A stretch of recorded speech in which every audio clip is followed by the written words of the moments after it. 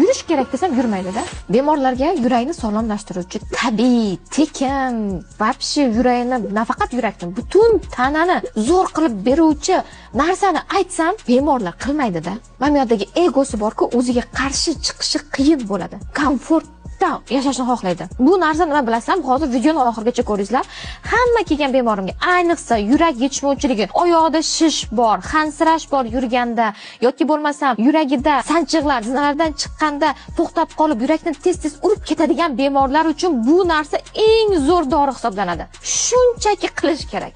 Azizlar, yurak yetishmovchiligi kasalligi surunkali. Bu degani bo'ldi, u sizda bir umr bo'ladi. Bu surunkali kasallikning qo'zg'alishi esa hozir aytib o'tadigan davolash usuliga bog'liq. Bilasizmi bu nima? Yurish. Aytishingiz mumkin, yana yurish deb.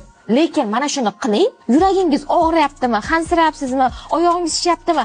Har kuni ertalab, mana sizga tekin maslahat. Har kuni ertalab yuring. Bir oy ichida mana bunday rezultat olasizlar. Va albatta kommentariyada yozing.